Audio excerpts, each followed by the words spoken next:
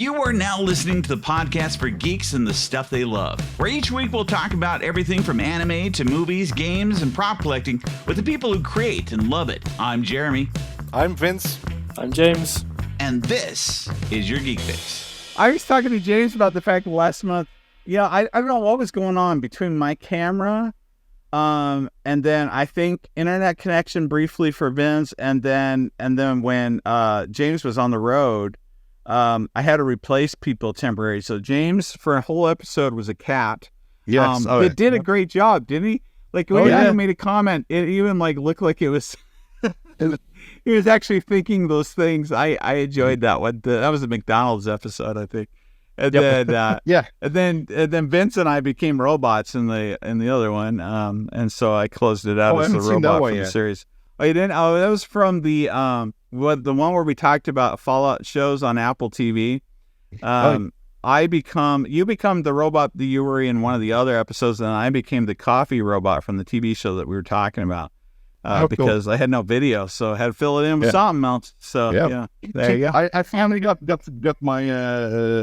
Ethernet wired up, so we're on the 10 Mbit. Yeah. Ah, okay. Well, high end. There you go. So speaking of which, did you also? So you started playing Starfield and all that? Yeah. Are you still playing Starfield? It sucks. It sucks so bad. Yeah. Does it? I did say that. So what is it? So tell me the things that are the greatest weaknesses. I know a couple of our viewers this wrote is me the in. greatest weakness. Oh, really? The watches? Oh no! What's that? It's been up there all the time because it doesn't interact with the game yet. And the date time is like it's a space watch, but you can't put it to like normal people's date time. Oh, really? So you can't use that as a normal watch?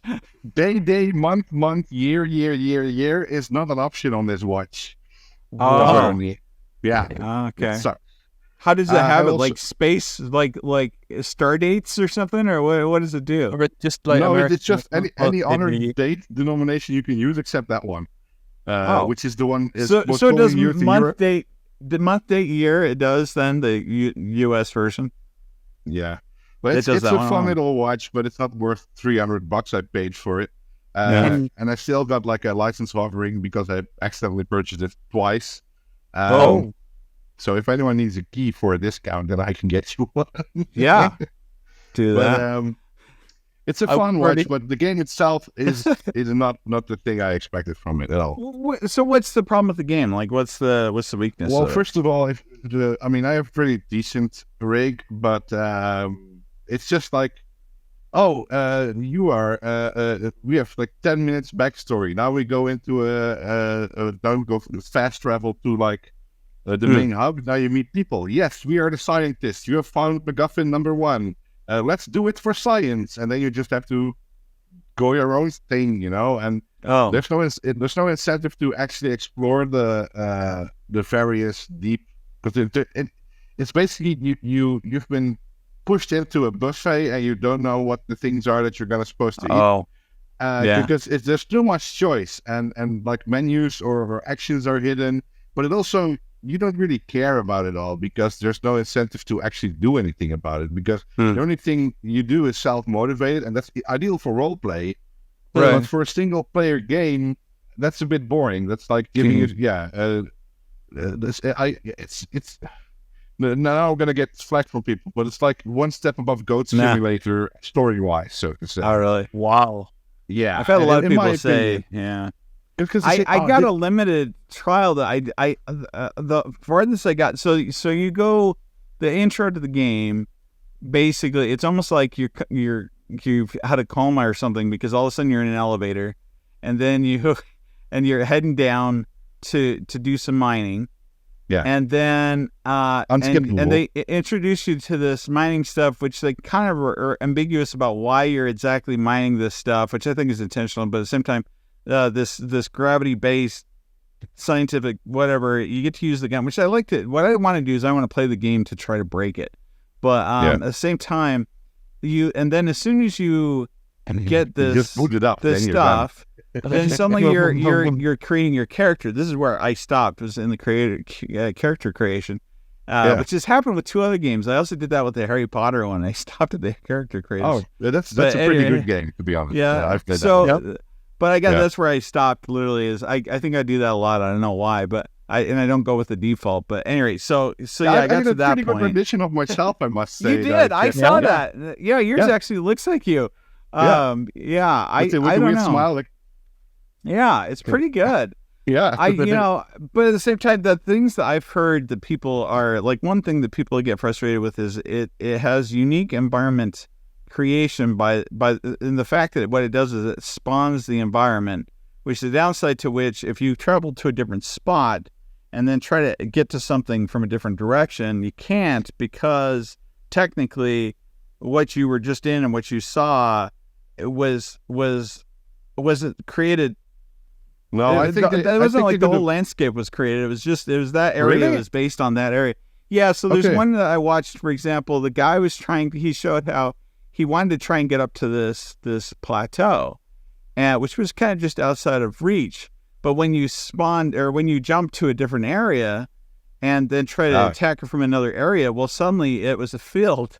And so, and the reason for that is because it's just spawning and creating it. It's unique to you, actually, on that occasion. Yeah, but you could do like Minecraft. So Minecraft is procedurally generated, but it knows chunks and it saves the chunks in your save game. Yeah. So if you explore like a planet and you visit a plateau, then you could save those chunks and your coordinates. I just said, this is how your world looks now. We randomly generated it. Saving that in your save file. But I guess going to a different location on the map, because if you have a map pit, that's a different zone or a chunk than if you go to some other place on the planet map. So I can understand that doesn't work. But what frustrated me about the fact is that everything you do, like the first frustration was I came off Baldur's Gate 3, which is a huge dip in quality and experience if you go to any other game from that game. So it's also really fair to Starfield. But the first one of the first things is when you have that mining MacGuffin, pirates come down and they basically want to get your item. Right. I cannot kill the pirates. I cannot kill White Westgiver. I cannot kill anyone. If I want to do an evil playthrough in Baldur's Gate, I could kill virtually anyone and everything, and the story would still go through. So the first thing I did was like, okay, I'm going to shoot that guy. And it doesn't work. It doesn't work. And that breaks a bit of immersion, so to say. But it's something that I would like to see, is that you're being very much railroaded, but also secondary to railroading, keeping it in terms that are super vague, but maybe the rabbit holing. So anytime you go into a shop, even if it's just a small shop, a new map loads with one NPC in there, and I hit a chest with items, and it says, hello friend, can I see your wares? And that's it. It's not that you can go into Skyrim and you load a city, for example.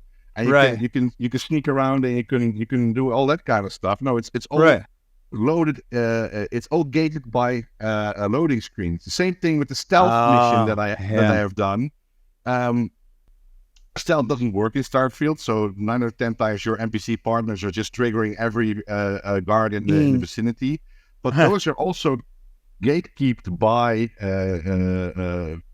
very small segments that you have to do exactly as the game expects you to do. It's not very creative. The only creativity you have is like the options you can choose in your reactions.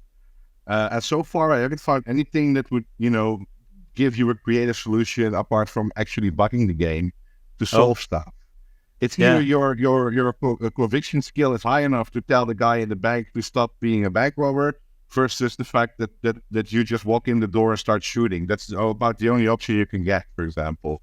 And that was really disappointing. And the fact is that you don't care about all this stuff. There is no setup to why you should care that a whole cyberpunk neon city is built on an old fish market, because that's the first thing you read on your loading screen. This thing is built on a fish market. The next time you're there, some guy tells you, "Did you know that this was built on a fish market?" I'm like, I don't care. I don't care who these. Yeah, exactly. Does it smell like fish? I can't smell it. But that kind of stuff, and it's really like with Skyrim and with Fallout, you start off very small and you start off very vulnerable, and you move up. And here you also do the same, but there's no stakes involved. Nobody cares if you run off and do something else. there's a lot It's of too broad of a goal, kind of. I mean, there's a lot of game mechanics that are really cool, yeah. but also just not good enough in some levels. Like if you go, for example, play No Man's Sky, and of course that game has a very bad reception. It redeemed itself over the years because of that. Maybe at a loss of money, or at least a loss of face. But if you play it right now, that's a way better deal than Starfield at all. So I just assume and hope the fact that they will just fix it. But it's a sad thing to see that. Yeah, well, for Bethesda, we're already used to it to get broken games and then it gets fixed by the one community. Right. And I assume they're kind of going on that as well. Yeah, there probably are some mods coming out that'll be pretty good. But for now, the experience just hasn't been fun. Going back to the issues as well, like I personally haven't played it yet, but I've heard people complaining a lot about the whole like starship or like your ship in general. The fact, first of all, that you can build it in such a way so that you can't be damaged at all because all the fire or the shots hit a specific point in the middle. So if you build a weird shape, it won't attack in the middle and you don't get damaged. But also that the takeoffs and the landings are all automated, that you can't actually immerse yourself in that part either, which is also very loading screen thing. Yeah, it's a fast travel thing, and you can even stand on the other side of a planet. If you're unencumbered, you just fast travel to your ship and you're gone. And I mean, it's just going from one place to another, like without any stake in the game, without exploring, because it's a very for a game that has a lot of stuff in it. It's a very hollow game. And in like Fallout and stuff, you had to actually visit an area to be able to jump to it. You know what I mean? Yeah. Like with this, that's all that you have, right? Is the option to travel. The thing is, though, you have like a ship, and the game is so broken right now. You can easily get a ship that's better than the one you have right now. Now's the time to join. Yeah. No, but one thing, not so maybe big spoilers, but in Fallout and in Skyrim, there was this character called the Mantis, right? Well, it's in Starfield as well, and you can fight their hidden base and get a very good ship in the beginning. Once you get that ship, you're just done playing the game for now. No. Because people were saying, if you go here, you will find a Star Trek worthy episode. And I don't mind spoiling some minor quest details without going into the bigger picture because I haven't gone there. But one of the things is like there's a ship that has been traveling for 200 years or whatever, like a generational ship, and basically the whole world caught up to them with the hyperspace technology, and we didn't know that they left because it was like the troubled times, and those people were still going with their old technology, and they finally arrived at the planet, but there's a casino there. Oh, so that's like social commentary, But the whole thing is just like, okay, you just enter. They say, "Hi, friend. We are from the past. You are from the future. Can you tell us how to fix this?" Yes, let's go down to the people with the casino, and they say, "Choice 1, choice 2, choice 3." Oh, and then you go on a fetch quest, and whichever fetch quest you do, it's just like, okay, choice here, choice there. And then choose your own adventure kind of thing instead of... Yeah, but it's very lame, and people are treating it like it was Shakespeare reborn, and I'm like, yeah, no, this is not what I'm signed up for, to be honest.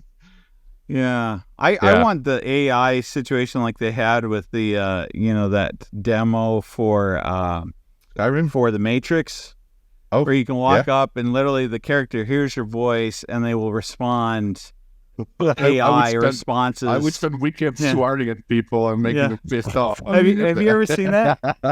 There's a lot of videos you can watch of people trying to break the Matrix. It's just the thing that, because these are AI people that are convinced that they are actually people, and so you go in and you're like, hey, do you realize that this is the Matrix and it isn't real? And they're like, I'm real. And you see them get like all anxious, the other character and stuff, and they're like, well, just go over there and you can't walk past this street and stuff. And they're like, no, you can. I'm pretty sure I can.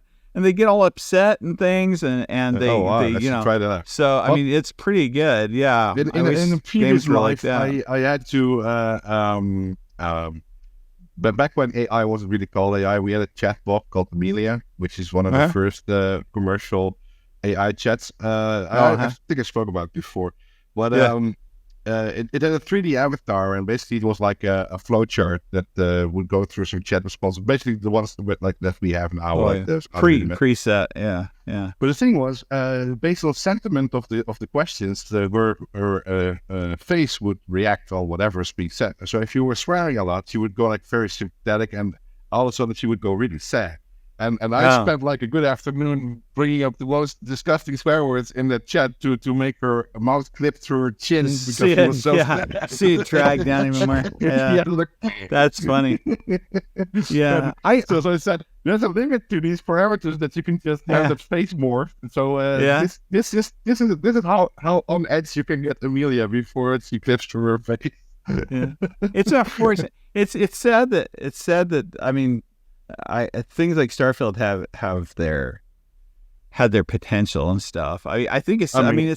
I feel like 76 has gotten better than it was. For example, you know what I mean. Yeah. Like the issue is. I mean, Starfield just needs some time to gestate, and I mean, there's so many people, me among them. I'm not publicly vocal about it, but vocal about it. What lacks that they have very, very good start to get some feedback on what's missing and what they need.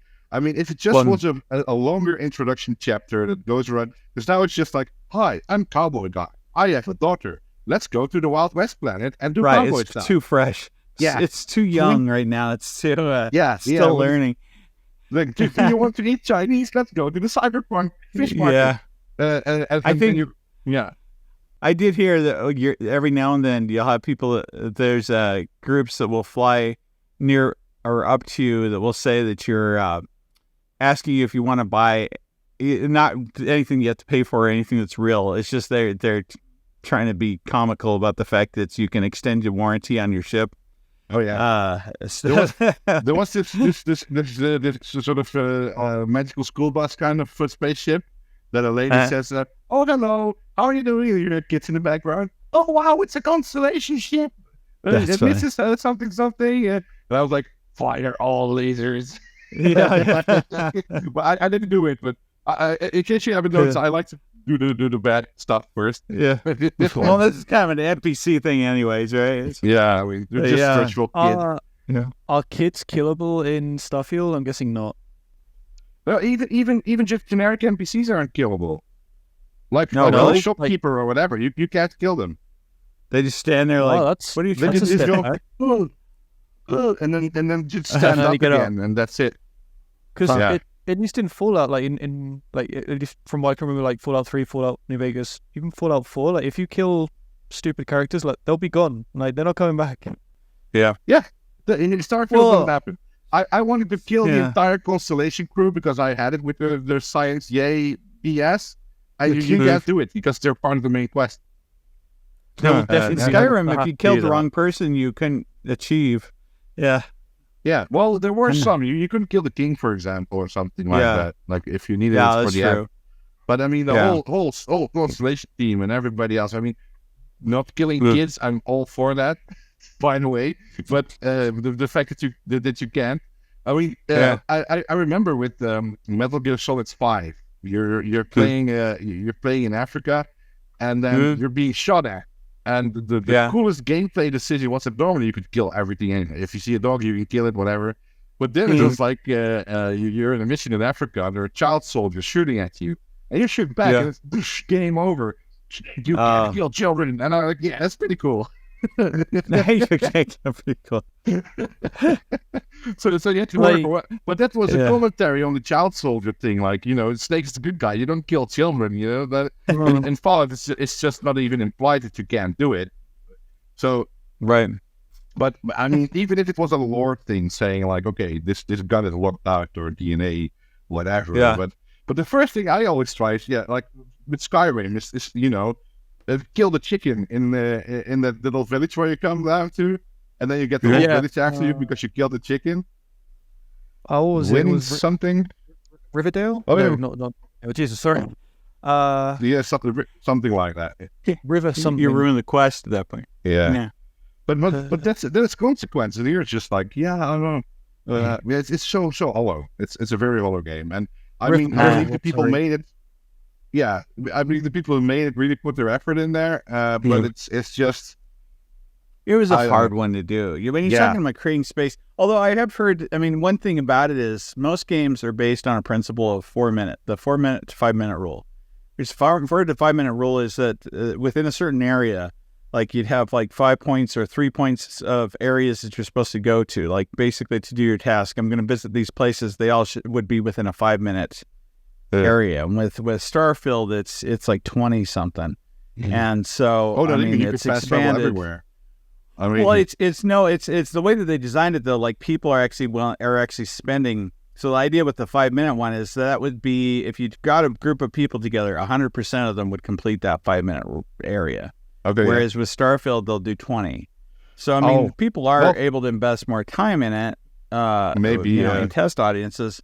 But on the flip side, that's one too of the bad. dumb It's things. just- One of the dumb things is that you have to find artifacts or temples at a certain point, and it has this like scanner MacGuffin. That's whenever you look at the horizon, it goes glitchy a bit.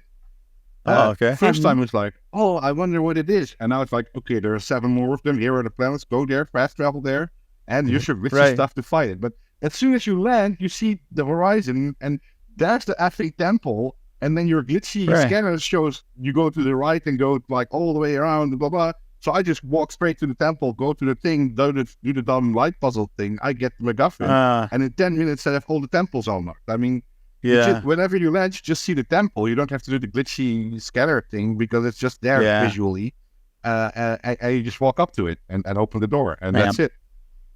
And it's so sad because in Fallout, you have like the lore, you have like the whole...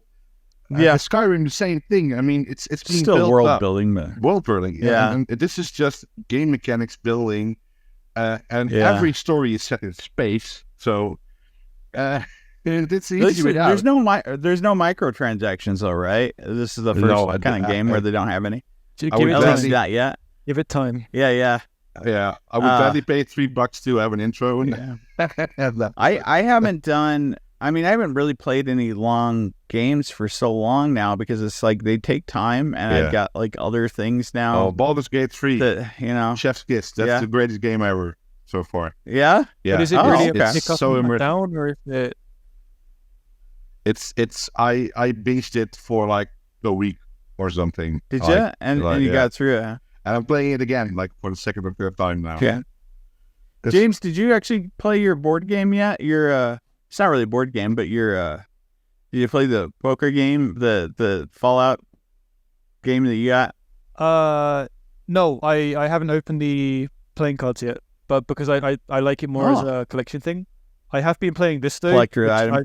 I've shown like a few times, or at least once on the podcast. What's that?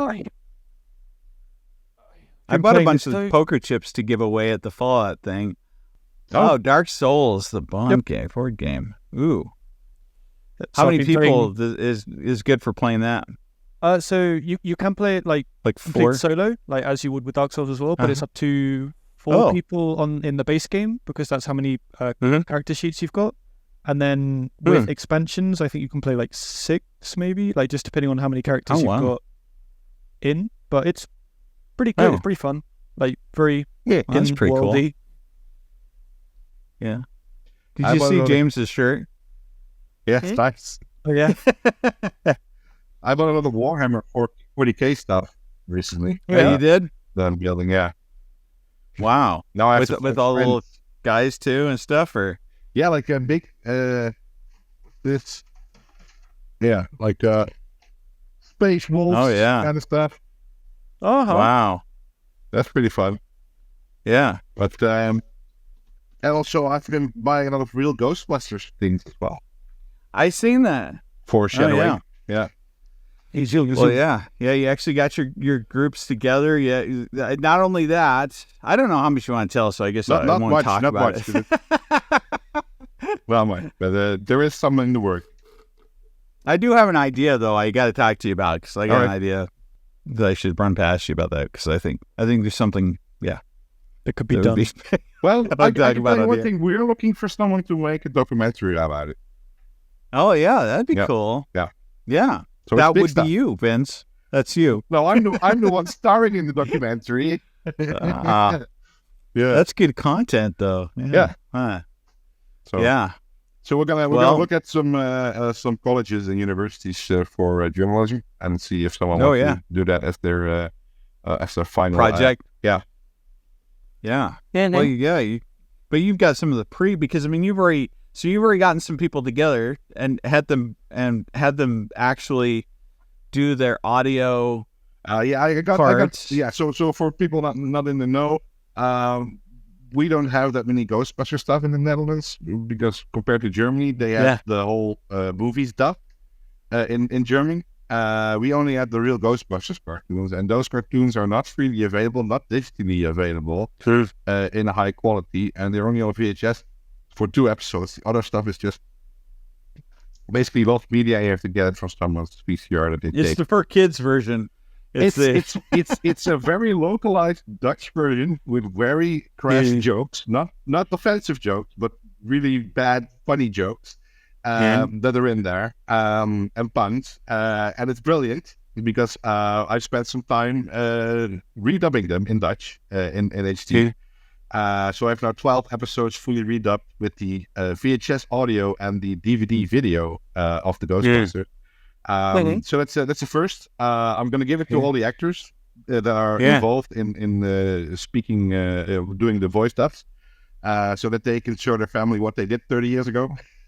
So I've been spending a lot of time with those people, and it's funny because they redubbed like 144 cartoons in the Netherlands, and basically they are the voices of my past. They're like every cartoon that was broadcast in the 80s was their voice. So for me, that's like meeting my heroes, and they're like, "Are we popular? Do people care about us?" And they're going through a bit of a revival. They're doing commercials these days and stuff like that. One lady, the voice of the buses. She does the voice of every bus in the Netherlands. Virtually. Wow. Wow. And she did Slimer. Oh, okay. Yeah. So that's a step up. Special Halloween version. That's right. Yeah. They should reprogram the buses. You do have Slimer to say stuff. Yeah. So it's a fun quest I'm on. So, but I can't say much more. It's going to be okay. I was going to say I know another piece, but I didn't know if you could share it yet. No, okay. it's that's cool. It's going to be big and it's going to be cool. So yeah, that's pretty exciting. Look out. Yeah, that's pretty good. I've got my Proton Pack next to me. I was actually looking at.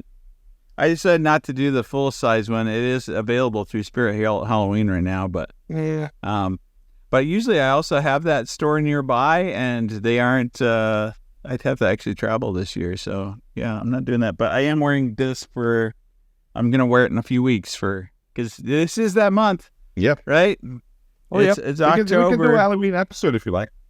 Yeah, we could do that. Yep. I'm going to be releasing a making of for the 2 videos that I did of the with the Ecto one and with the Proton Pack. Yeah, the behind the scenes for some of my stuff is more entertaining or interesting than I think than the guy playing Eagle was actually really impressed with your intro of the Ecto one. Oh, you saw that? Yeah. Oh, wow. Yeah. I showed it to him. Oh, that's cool. Yeah. He was like, that one was this is not a toy. This is the movie. I said, no, it's not the movie. Just the close. He said, wow. Yeah. He was really. Yeah. In the making, I'll show. It's really just my kid holding it out the window as we're driving. Like it is literally in front of it. And then I put in the front of it. I put to cover his hand. His arm is the weeds that you're going past. Yeah, cool. And so yeah, but yeah, or my kid's sitting out the back of the car, which is probably not very smart on my part, but at the same time, and holding it and stuff. So that's all that was. Yeah. But yeah, I'm gonna do that, and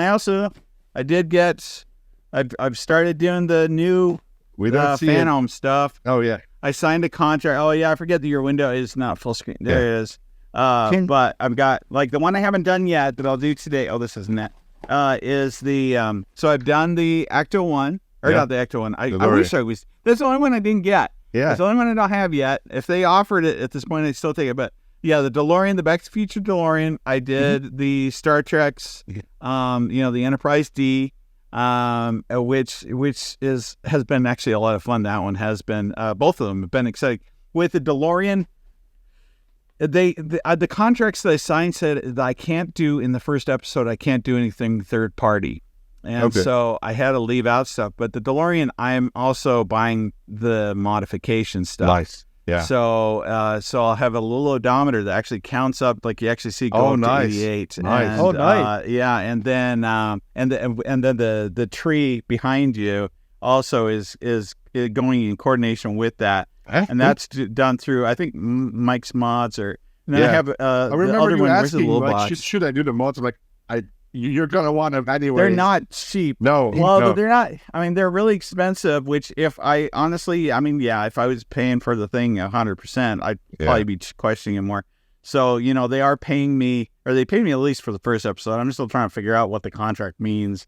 But you got the stuff I'm and planning on paying using you. some of That's that to pay. It kind of pays for those additional pieces. But like one of the things I just put together is, I did the Fusion, Mr. Fusion. Oh, cool. Yeah. And the Mr. Fusion on the back, there's a mod that you can do for it, but then also that mod comes with a little banana peel and a little beer can. Oh, nice. And it's really high detail too, and that's by cool. Mike's mods and stuff. Yeah, I mean, there's a bunch of things like that I'm doing on top of that. And then you saw the advent calendar I had with Playmobil.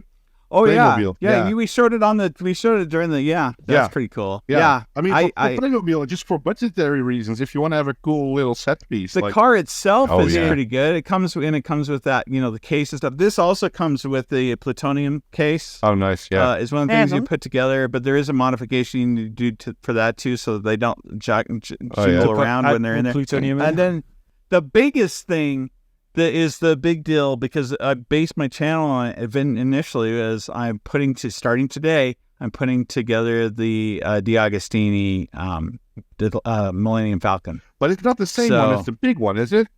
Or is it the big one? Yeah, this is okay. So this is the one that's always this is the one that I saw years and years ago, but they weren't going to re-release it. No, but I thought the DiAgostini had the full interior. But if you look at the pictures, it does. This one has the full interior. Okay, cool. Yeah. So this is the exact same one. It has the door that opens and closes too.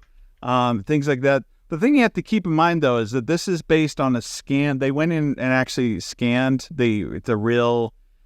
This is the studio one from the Empire Strikes. Well, this is the Empire Strikes Back one. So you remember that they scaled it down for Empire Strikes Back. So this is 3 foot, and so the 3 foot model is which is actually the same as this back here, that big one. It's just it's on the inside it's scaled different. But the cockpit connects, right? It's it goes back. But the thing about it is that you got to remember that because it is completely based on that, there's some things that detail wise are different than the full size props. So like instead of the cockpit, that goes the console looks different. Well, yeah. I mean, in fact, you remember I talked to Yost about this too. So, I mean, there's parts you can do to replace some things and stuff like that. But I mean, like this was the thing that inspired me to want to do that model back there. Yeah. And then that was what I was going to do is my first few episodes of this channel, and it's funny because I've never done anything with it. Even though that was the whole point of starting the channel. So you're full circle, right? Yeah. And that one also has mods that are expensive. So, got that to look forward to. And I got this. This is the other thing I didn't talk about when we were, James and I were talking. There's the radio, which if you go on eBay is like, people are trying to sell them for like $350. Yes, I learned how to get so I got that. I also got a holotape, both for the original prices that I would have bought. So I bought this for $35. Oh, nice. It was posted for $350, just like all the other ones are.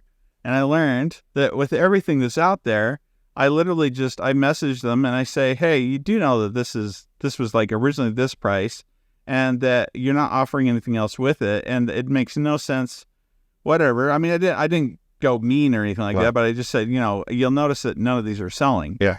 And they literally messaged me back. They're like, I'll go for $35. Yeah. I'll do that. You have done more. Yeah. And the holotape too. They're going for like 100 and something. That's insane. Which is crazy because they're like not worth near that. You can ask the one company and they'll actually ask for you. Well, yeah. Actually, they don't have any more. So. They don't? Oh, wait. Hang on. We can't access your video. Hang on just a sec. Can you still hear me? Yeah. Yeah. Okay, Can't hang really on. Frozen. A No. message just popped up. Oh, I'm frozen. Am I frozen for you? Yeah. Yep. Oh. Do you want to Well, build see, a this is- snowman? Yeah, but you can still hear me, huh? This is where I Yep. suddenly become a robot, apparently, yeah. again. I wonder if somebody did something to my internet upstairs. Because I have to do it by hardwire, but at the same time. But yeah, I mean, I hate sharing. The downside to sharing some things as I'm going through and showing people how to make, the Pip-Boy and do their own thing and get the parts that they need, because all I get right now are messages about the Pip-Boy Oh, yeah. and Good getting one, and how do I get one for cheap and whatever else. And the answer is, honestly, back in I also time. saw Pip-Boy 2000 right now. You can get it for $150. That's not bad. Oh. On eBay. So it's like, you just, if you ask, but on the flip side, if everybody starts asking, it raises, the value of them again. Yeah. And people are probably going to sell them for $350. But If you've enjoyed this podcast and want more, stay tuned for that, but also check out our channel, join the community on YouTube that goes by the same name, Your Geek Fix. Be sure to check out Vince on Twitter at MassiveDMG_ and on his YouTube channel, MassiveDMG. Check out James at Mr. Malto4 on Instagram and the Replica Prop Forum. We also want to hear from you, so be sure to send your questions, stories, and other projects to yourgeekfix@gmail.com. In the meantime, this has been Your Geek Fix.